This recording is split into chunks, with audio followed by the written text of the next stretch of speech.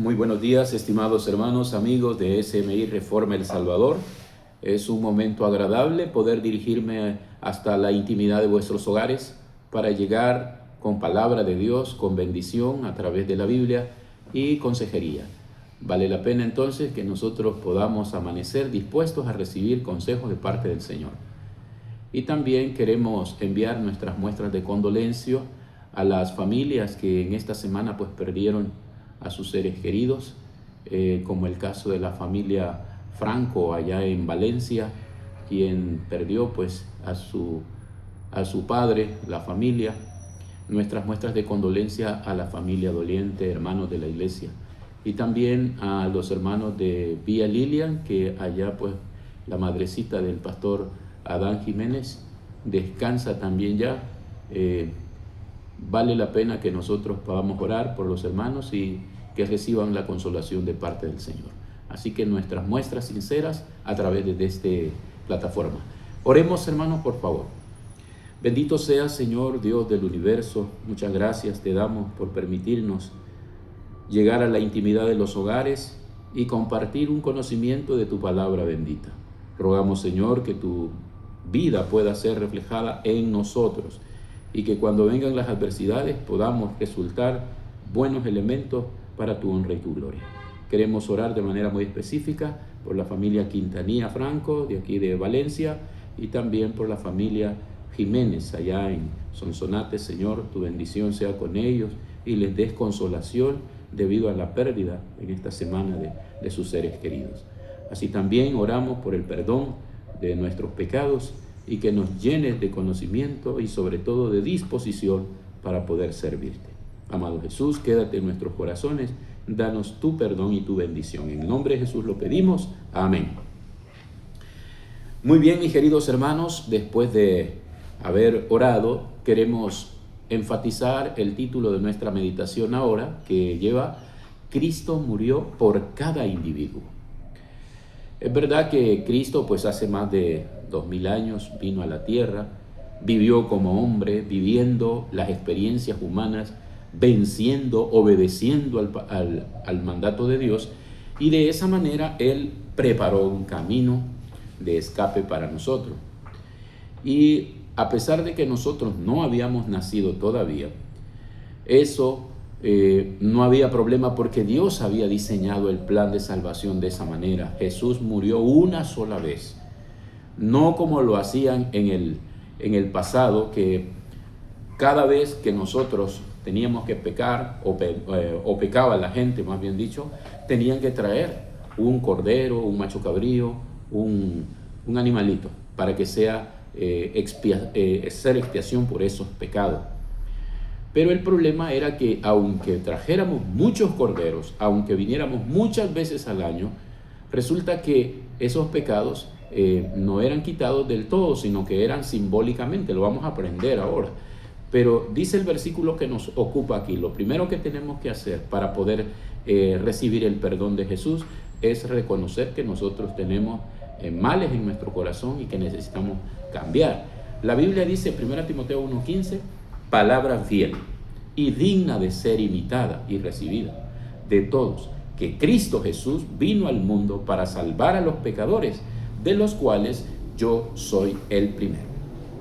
Mis amados hermanos, esta declaración del apóstol Pablo a Timoteo nos hace ver la importancia que debemos dar hacia nuestra forma de visualizar el concepto de pecado. Porque aquí tenemos nosotros que el apóstol Pablo, quien esforzaba su vida para obedecer, para montar una narrativa diferente después de haber sido conocido como uno que perseguía, como uno que alteraba el orden de la iglesia. Entonces, cuando él se da cuenta y ve que ha estado combatiendo contra Cristo, ahora él, después del llamado de Jesús, viene y se concentra totalmente al servicio del Señor. Pero su trabajo era eficiente, su trabajo era dedicado, porque él conocía de fondo tanto el aspecto ceremonial que le obligaba a maltratar a los cristianos, como después de su encuentro con Jesús, él cambió radicalmente su posición debido al progreso que el Espíritu Santo produjo en su vida. Y ahora cuando él se veía en una condición complicada, él reconoció que de los principales pecadores era él el primero. Y él analizaba su conducta, analizaba su forma de haber procedido, su forma de trabajar, cómo él había maltratado, perseguido, y echaba un vistazo a todos los demás que se habían convertido y no encontraba en ellos maldad como la que ahora él reconocía. Entonces eso es el detalle, mis hermanos, que a veces nosotros pensamos que somos buenas personas, pensamos que yo tengo un carácter bonito, pensamos que los demás nos maltratan, pensamos que todos pueden estar equivocados menos yo. Hermanos, cuando tengamos este versículo claro en nuestra vida, en nuestro corazón, sabremos definir nuestra relación con Dios también. Porque no se está tratando de que la gente diga, no, pues yo no hago nada.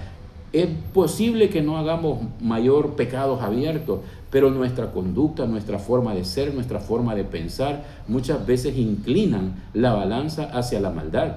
Y a veces nosotros, como no son pecados abiertos, creemos que no tenemos responsabilidad delante del Señor. El apóstol Pablo dijo claramente, de todos los pecadores. Él vino a salvar a todos los pecadores, de los cuales dijo, yo soy el pecador número uno. Entonces, ¿qué podemos nosotros pensar de nosotros mismos? Hay pasajes en la Biblia que dicen que nosotros no tenemos que tener más estima de la que deberíamos tener de sí mismos.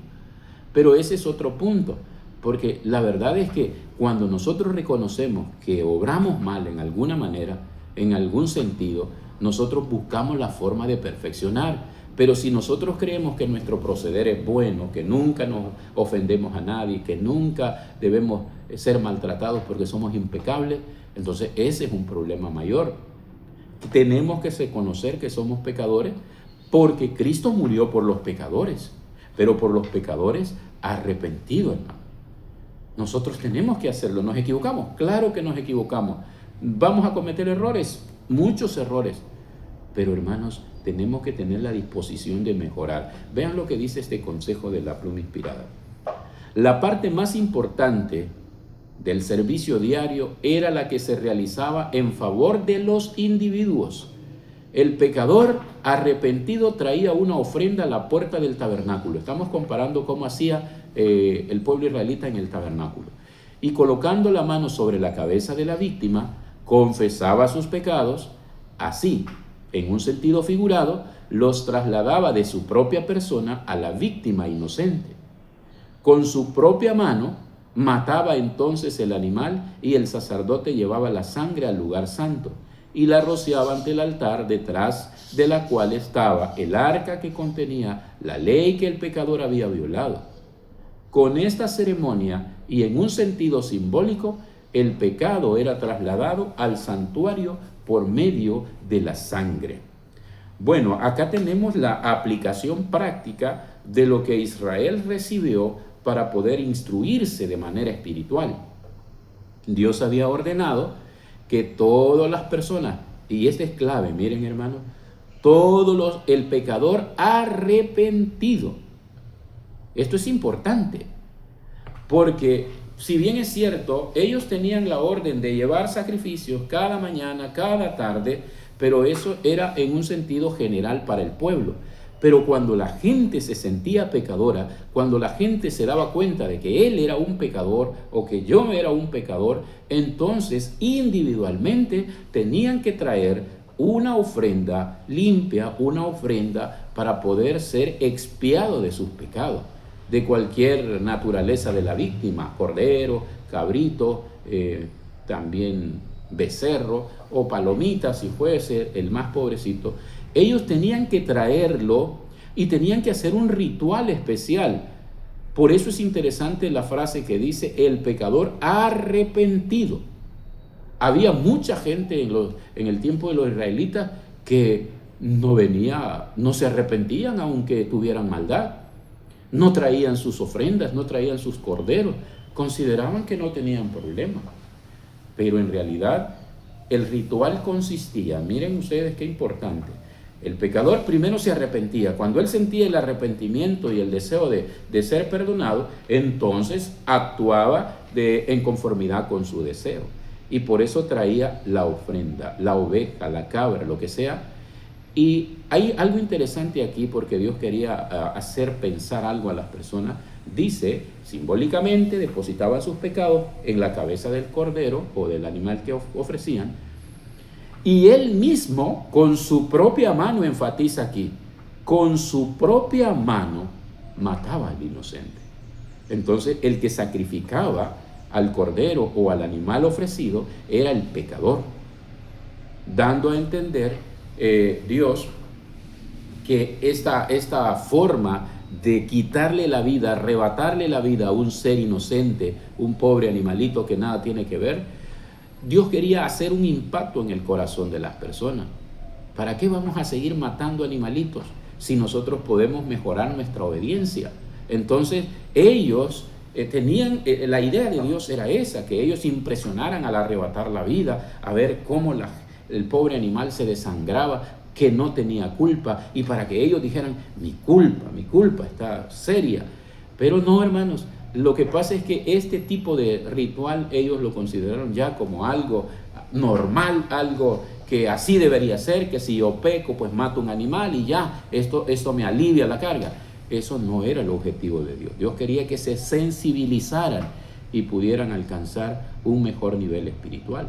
Lamentablemente pues no pudo ser, y las personas tuvieron que ser ajustadas pues también, ¿verdad? Ahora nosotros también, hermano. Cuando dice acá, con su propia mano mataba el animal, entonces luego entraba el sacerdote, recogía la sangre, y él servía de mediador entre el pecador y Dios para llevar los pecados del arrepentido hacia el altar, o el velo de que cubría la división del lugar santo y lugar santísimo. Entonces también dice que expiaban para allá en dirección de la ley que había sido violada por el pecador. Así que simbólicamente el pecador trasladaba los pecados al animal, el animal sacrificado pagaba la culpa, pero esos pecados, a través de la expansión de la sangre en el velo, quedaba transferido al santuario. Y se esperaba el día de expiación para que Dios aprobara el perdón definitivo de las personas, solo las personas que habían confesado sus culpas durante todo el año. Los casos de otras personas que no habían ido no eran tocados. Y entonces eso es un ilustrativo también para nosotros. Hoy nosotros debemos saber que solo los que se arrepienten para buscar a Dios en este momento pueden ser utilizados sus casos. De lo contrario, no van a ser llamados. Mire lo que dice Levíticos aquí, bueno, está en parte del párrafo del Espíritu de Profecía, dice: tal era la obra que se hacía diariamente durante todo el año, con el traslado de los pecados de Israel al santuario. Los lugares santos quedaban manchados y se hacía necesaria una obra especial para quitar allí los pecados. Dios ordenó que se hiciera expiación para cada una de las sagradas divisiones, lo mismo que por el altar. Así lo limpiará y lo santificará de las inmundicias de los hijos de Israel. Así que, mis hermanos, una vez al año, como vemos acá, el sumo sacerdote hacía expiación por cada departamento, dice aquí, del santuario, y limpiaba el santuario. Hay algo muy interesante, porque enfatiza que durante todo el año estar salpicando ese velo con sangre de animales. Hermanos, imagínense ustedes un año salpicando el velo. ¿Cómo estaría de ese olor fuerte? ¿Cómo estaría esa edentina ahí? Por eso es que se quemaba mucho incienso ahí, para aplacar el dolor, el mal olor. Pero es impresionante que dice que al final del ciclo, cuando llegaba el día de la expiación, entonces el velo era completamente sustituido. Estaba pensando en eso, hermanos, porque no sé si a ustedes les ha pasado, pero cuando yo comenzaba a estudiar no entendía mucho esta parte del santuario, y a mí me habían explicado que cuando llegaba el día de expiación, después de que el manto estaba totalmente manchado de sangre, en el día de expiación ese manto era limpiado. pero el pensamiento era que era limpiado automáticamente. Pero de acuerdo a la historia de la redención, en los primeros capítulos, ahí dice que ese velo era sustituido. Es decir, el malo, el manchado se quitaba y se ponía uno completamente nuevo. La historia de la redención lo dice así. Así que, hermanos, es importante pensar en eso, porque a veces se nos meten cositas o aprendemos cositas y que no las tenemos muy claras y que se nos van quedando como reales. Así que tengamos cuidado, porque hay cositas que quizás no son así como nosotros las hemos pensado, como eso que a mí me habían dicho que era el velo automáticamente era quitado. Y en trasfondo, pues uno piensa que puede tener razón. Sin embargo, la historia de la redención dice que fue sustituido, era sustituido cada año. Esa pesada cortina, buena, fina, de material resistente, era sustituida después de cada ciclo de ceremonial. Cuando cerraban el ciclo, sustituían el velo. Ahora, mis hermanos, es importante para nosotros. ¿Por qué? Porque noten ustedes que ahora nuestro Señor Jesucristo está haciendo esa obra de limpieza en el santuario celestial, no hecho de mano de hombre, sino el que Cristo mismo o el que Dios mismo construyó con su propia mano. Entonces, si nosotros, al igual que el Israel, depositamos nuestra confianza en Dios, hacemos de Jesús nuestro intercesor, Él tomará mi caso y llevará mi caso ante el santuario o ante el altar precioso del Señor allá donde Él ministra. Y entonces los casos confesados, los casos llevados así de esa manera como en el pasado, son los que Jesús está haciendo también en esta hora en el santuario celestial. Por eso Patriarcas y Profetas dice, una vez al año, en el gran día de la expiación, el sacerdote entraba en el lugar santísimo para limpiar el santuario. La obra que se llevaba a cabo allí completaba el ciclo de ceremonias. Así que, hermanos, ahí tenemos este ciclo. La importancia que nosotros tenemos que tener ahora, en este momento, es el reconocimiento de que nosotros necesitamos un intercesor, un ser que nos ayude a recibir nuestras confesiones y podamos nosotros ser tomados en cuenta en este último ministerio que está desarrollando nuestro Señor Jesucristo en el santuario celestial. Si nosotros nos descuidamos en este momento la preparación de nuestra vida, entonces tendremos dificultades ya. Porque ahora es el momento, mis queridos hermanos. Hoy es el momento que tenemos que llevar los casos con arrepentimiento, con sencillez de corazón y con el deseo de ser diferente. Reconozcamos que yo soy el primer pecador. La verdad es cierta. Qué importante sería para Dios que nosotros digamos, yo soy un pecador. Necesito un Salvador. Necesito que Dios me salve. Necesito que Él me guíe.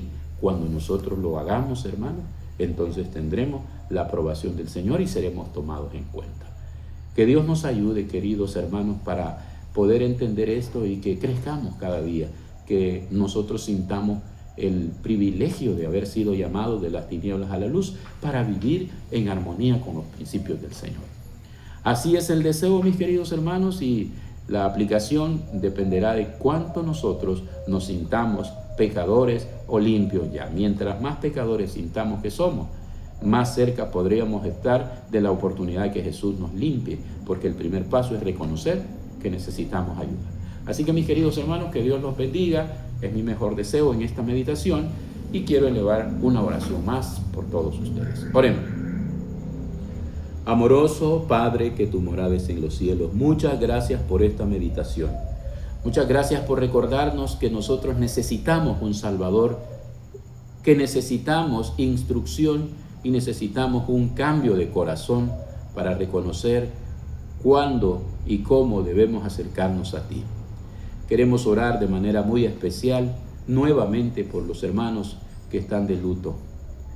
Queremos que tu gracia los sostenga y les permitas poder tener la confianza en ti. Oramos por este matutino, por los hermanos que se conectan y comparten con nosotros. Queremos, Señor, que crezcamos juntos hasta llegar a la medida de fe que tú deseas que tengamos. Y asimismo, que nuestro testimonio en esta tierra pueda ser un método o un canal de bendición para otras personas. Así, Señor, perdona nuestros pecados, perdona nuestras faltas y ayúdanos a mejorar cada día que nos regales. Pedimos estas bendiciones, Señor, y las rogamos no porque tengamos mérito alguno, lo oramos y lo pedimos todo confiando en los méritos santos del Señor Jesús, para quien sea la gloria y la honra por los siglos de los siglos. Amén. Muy bien, estimados hermanos, que el Señor me los bendiga y que tengan un bonito día en esta semana, sea también de bendición que ya viene. Hoy estamos cerrando esta semana y viene la otra, y que la protección de Dios sea con nosotros. Es mi mejor deseo. Amén.